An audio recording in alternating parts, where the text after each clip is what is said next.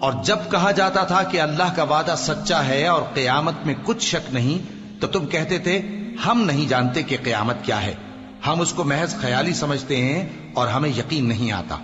اور ان کے اعمال کی برائیاں ان پر ظاہر ہو جائیں گی، اور جس عذاب کی وہ ہنسی اڑاتے تھے وہ ان کو آ گھیرے گا۔ اور کہا جائے گا کہ جس طرح تم نے اس دن کے آنے کو بھلا رکھا تھا،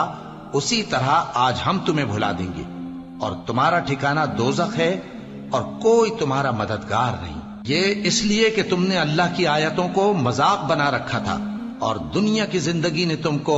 دھوکے میں ڈال رکھا تھا، سو آج یہ لوگ نہ دوزخ سے نکالے جائیں گے اور نہ ان کی توبہ قبول کی جائے گی۔